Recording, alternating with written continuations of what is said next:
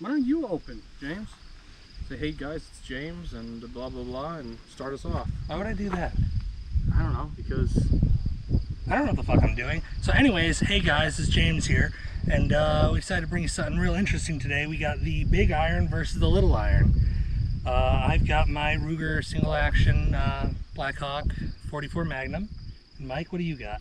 well, this is a Heritage Rough Rider. They're a couple $100. They're 22 long rifle, and I'd like to note that the finish came beat to hell right out of the box, but it shoots. It shoots. So we're just here to have fun today. Nothing really technical about this video. Obviously, it's big iron versus little iron. We figured they're both single action armies. One's just a bargain basement 22 and the other is an expensive hunting revolver. So they must have a lot in common. That being said, I've got this guy loaded up with some 22 Thunderbolt, some equally cheap bargain ammunition, and we're gonna shoot it at 25 yards because why not? It's got fixed iron sights, I'm sure it'll do great, and I've already taken a few shots to see where it's shooting. It's a little bit of everywhere. So we'll go ahead and take a couple.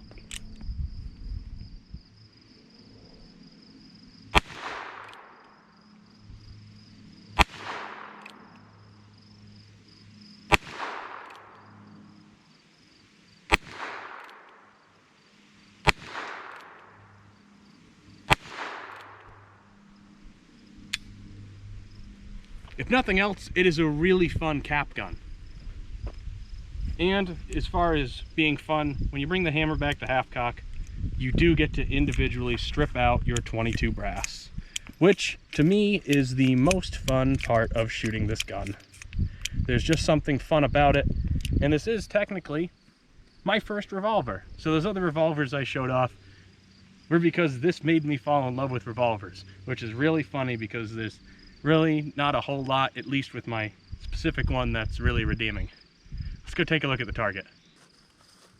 So the thought process was clearly I wanted to shoot the whole target. I did a pretty good job of hitting everywhere on the target. I did get a bullseye in there. It's really,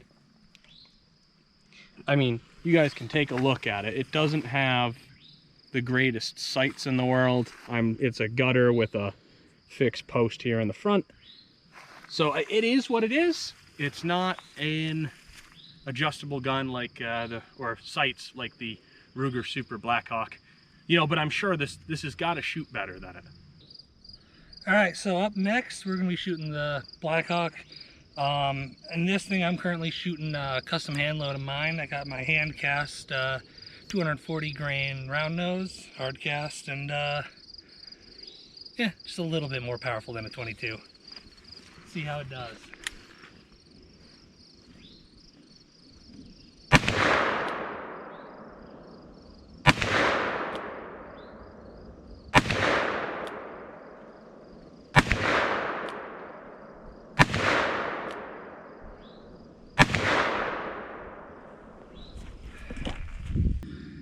So while this is a hunting gun, I'm not going to claim to be hunting accurate at this range with that load. This is a fun practice load. I didn't develop it for accuracy. I mostly developed it for recoil training to make sure that I could keep up with my more expensive hunting ammo. So as we can see, I copied Mike, and I wanted to use the whole target, including a little bit of the backstop. But yeah, you know, it's actually kind of hard to tell the difference between the bullet holes. You know, they're just really close in size. I don't know. Maybe we should have used a fresh target. Yeah, I don't know. Like you can see a slight difference in size. Like it's a little bit more torn, but what do I know?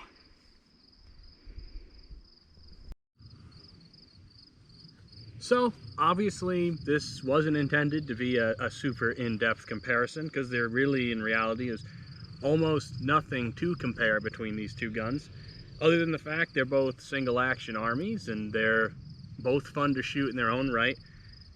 James, what would you think would lead someone to buying one over the other?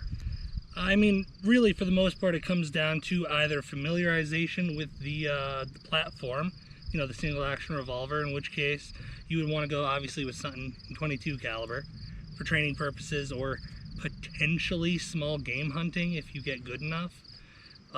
Otherwise, if you were doing any sort of big game hunting, or even really just wanted a real expensive, fun range toy or save queen, you could go with the Blackhawk in 44. It's definitely worth saying they are both fun to shoot, and I will admit that I did probably, with the exception of the Barkeep, which is the little short-barreled version of this, the Heritage Rough Riders are known for going bang. They're not the highest quality 22 single action clone you can get. Ruger now makes the Super Wrangler, which is an adjustable sight. I think you can even get it with scope bases. I haven't looked into them too much. In 22 long rifle and 22 mag. And it's also worth saying this guy is 22 long rifle with a 22 Magnum cylinder as well. Obviously just shooting long rifle today because, to be honest, I forgot the 22 mag cylinder at home. But realistically, if you're going to be target shooting with it, you probably are just going to run 22 long rifle. It's plenty cheap. The gun's only a couple $100, and it's fun. It's not the most accurate thing in the world, but if you want to shoot a single action army, which is why I bought it, just to have fun, it shoots okay. I mean, I hit the target. It's definitely not a tack driver, but it's fun to shoot.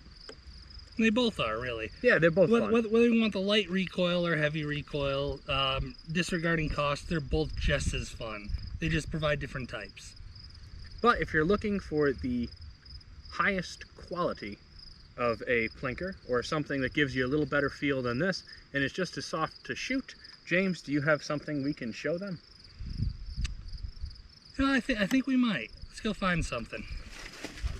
So obviously, if you're someone like James, who has the ability, or not just the ability, but the knowledge and the know-how to load your own ammunition, 44 mag is a pretty advantageous cartridge to pick up. James, why don't you tell me what you got for some ammunition here? All right, so next up loaded in it, I've got this. This is a 44 Special. 44 Special was around before the 44 mag, and it was what led to the development of the 44 mag. It is the same case size, a little bit shorter than the 44 mag, and you know, less powder, same bullet weights, so it's softer shooting. On top of that, also I have another one of my hand loads. This is in a 44 Magnum casing, but this emulates an even older round than the 44 Special, called the 44 Russian. Now it's the same thing. Overall the same case, different length, and less powder. So this is even softer shooting than the 44 Special. Now, it's worth saying too, you can obviously, anyone who has revolvers already knows, you can buy 44 Special readily available. It seems to come in waves. And if you're someone like me who's recoil sensitive, obviously I shoot a 357 for hunting. The 44 Special is a capable hunting cartridge in its own right, and it's lower recoil. Although it doesn't have quite the energy of something like 357, it's still a great option if you're someone who bought a 44 and down the line decides you don't necessarily need all of that. I know you don't ever think that, but... Come on, go big or go home, right? I got a 44 for a reason. And that reason is mostly because I can't find 500 Smith & Wesson anywhere. That's fair enough. I don't think anyone really wants to shoot that, unless you want to break your wrist, but... I kind of do a little bit. Fair enough. Let's take a couple shots with this stuff. All right, first up, shooting the 44 Special.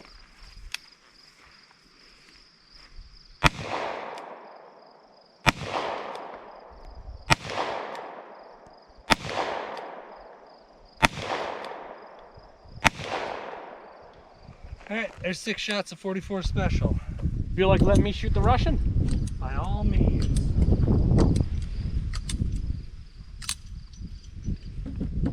All yours. This is the stuff I can shoot in the gun and be comfortable shooting it, because I'm unafraid to announce I am a wuss when it comes to handguns. And it loads much the same as the Heritage Rough Rider, although with this guy you don't need to put it on half cock for the cylinder to spin. You can simply spin it freely and slide them on in. In fact, this gun doesn't even have a half cock option. What's the grain weight on the Russian? 240s. 240 still? Bullets are about the same weight.